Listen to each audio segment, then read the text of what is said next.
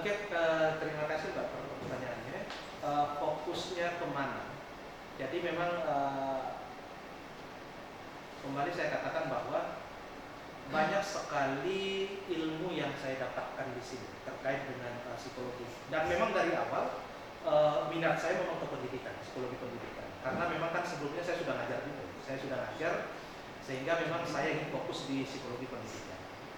Nah, kemudian seperti apa?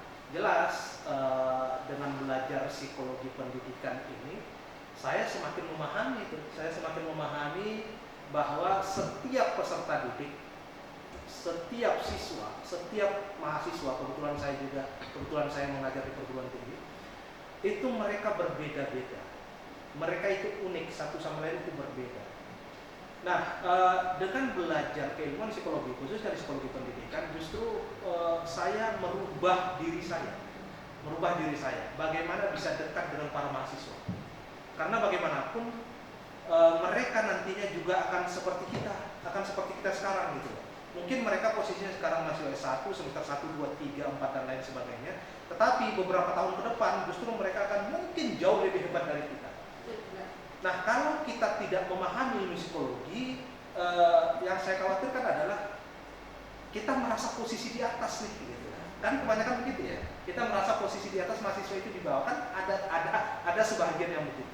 Nah, dengan memahami ilmu psikologi, justru kita berusaha bagaimana bisa memahami, bisa mendekatkan diri dengan para mahasiswa, sehingga memang mereka pun merasakan dengan kita itu aman, nyaman dan lain sebagainya gitu. Dan memang bisa betul-betul bisa diterapkan dalam kegiatan kita sehari-hari, bukan hanya dalam lingkungan pendidikan. Begini saja sebenarnya ini sangat erat dengan nuansa psikologisnya gitu. Jadi memang ya itu dia, sangat berguna sekali. Itu saja. Berguna untuk memahami. Ya, untuk memahami diri kita terlebih dahulu, memahami diri kita dan juga memahami orang lain. Baik, terima kasih Mas Al. Kalau Mbak Latifah, untuk fokusnya, terus apa yang diharapkan dari fokus pendidikan ini setelah lulus nanti? Ya, saya sepakat banget ya sama Mas Al, karena saya juga berada di lingkup pendidikan. Saya juga berinteraksi langsung dengan anak-anak, walaupun kalau Mas Al kan jenjangnya di mahasiswa, kalau saya kan jenjangnya di sekolah dasar, di mana mereka ketemu dengan gurunya selama 6 tahun. Jadi waktu 6 tahun itu menurut saya sangat-sangat menentukan karakter anak. Jadi ketika seorang guru tahu ilmu psikologi itu sendiri, mulai dari perkembangannya, mulai dari emosi dan sosialnya, menurut saya itu sangat bermanfaat sekali bagi kami, khususnya pada guru, untuk menciptakan generasi-generasi yang mencintai dirinya sendiri, mencintai lingkungannya, dan mencintai seluruh yang ada di sekitarnya. Itu aja Mbak. Sama sekali. Terima kasih Mbak Latifah. Sekarang saya pengen dengar dari Mbak Iva, gimana harapan dari fokus studi setelah lulus nanti?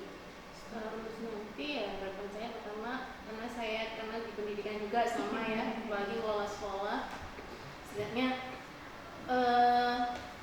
karena saya pengelola, saya dulu berterjun langsung sama anak-anak, tapi ini menyiapkan guru-gurunya ya. Karena gini, kebanyakan pada masih banyak yang sekarang pola pendidikannya itu sentralis, jadi berpusat terhadap guru gitu. Meskipun saya di lingkungan sekolah taman kanak-kanak ya, tapi sekarang saya ingin merubah bagaimana menjadi guru yang mau mendengar muridnya meskipun itu taman kanak-kanak gitu. Jadi anak-anak itu ternyata bisa curhat loh. Jadi saya juga di sekolah itu juga ada konseling untuk anak-anak, dan ketika mereka misalnya, kenapa sih kamu nangis, tapi dengan bahasa anak-anak ya, mereka kenapa kok sekolah ini rewel dan lain sebagainya gitu, dia bisa curhat, aku kenal sama ayah nggak pulang ini, loh ayah pulang nggak pulang kenapa, ayah pulang kerja gini. Jadi kita bisa mengarahkan, dan orang tua tahu, oh anak saya kenapa sih ketika di sekolah tantrum. Nah terus juga guru-guru juga dijadikan guru yang menyenangkan, guru yang defense sama murid-muridnya, disukai sama murid-muridnya. Nah, itu target saya ke sana. Jadi istilahnya supaya guru-guru itu bisa dicintai muridnya. Karena ketika murid sudah cinta sama gurunya, maka ilmu akan lebih cepat masuk. Ya. Ya. Jadi harus jadi guru yang bahagia supaya muridnya juga bahagia gitu.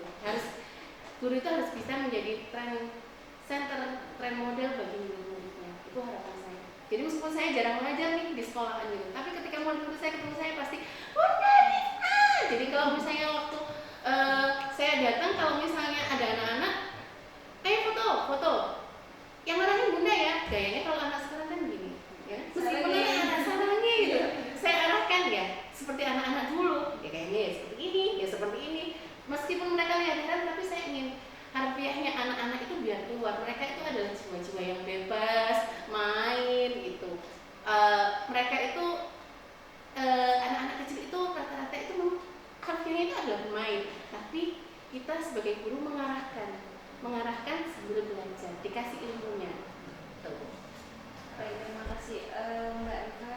Untuk pertanyaan terakhir dari saya kepada 3 orang yang hebat ini, mungkin bisa memberikan quotes yang membangun, memotivasi bagi teman-teman di luar sana dari Mas Alnya. Quotes. Quote, oke. Saya quotes-nya itu lebih ke pendidikan ya. Kemarin saya alhamdulillah di parenting misi itu, saya bilang sinergi sama dengan prestasi. Ya. Kalau misalnya ini lebih kepada orang tua ya, atau calon orang tua, bahwasanya ketika misalnya anak Anda misalnya sekolah, Anda adalah tim dengan gurunya, dengan sekolahnya, maka bentuk sinergi itu harus dibentuk. Karena kalau tidak terbentuk, maka yang akan jadi apa itu istilahnya, yang akan kasihan kan anaknya, ya. Jadi harus jalin komunikasi dengan orang tua, dengan guru, dengan sekolah, dengan pihak-pihak di lingkungannya supaya membentuk anak menjadi pribadi yang lebih baik. Intinya komunikasi dan sinergi. Baik, terima kasih Mbak Eva. Sekarang mungkin dari Mbak Latifah, quotes-nya yang bisa diberikan kepada teman-teman di luar sana.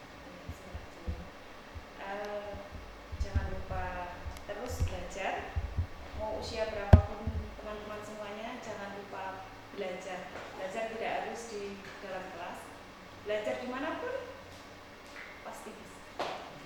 Dan satu lagi, jangan lupa bahagia. Selamat bahagia teman-teman. Kita akan mendengarkan quotes dari Mas Al sebagai Ya, terima kasih dari quote hari ini. Jagalah pikiranmu, perasaanmu, dan sikapmu, karena itu akan mempengaruhi perkataanmu. Jagalah perkataanmu, karena itu akan menjadi perbuatanmu. Jagalah perbuatanmu, karena itu akan menjadi kebiasaanmu. Jagalah kebiasaanmu, karena itu akan mempengaruhi karaktermu. Terakhir, jagalah karaktermu, karena itu akan menentukan nasibmu. teman-teman, karena ini sudah sesinya sudah hampir habis, maka saya harapkan dan saya terima kasih kepada 3 narasumber kita pada hari ini. Dan kurangnya saya mohon maaf. Wassalamualaikum warahmatullahi wabarakatuh.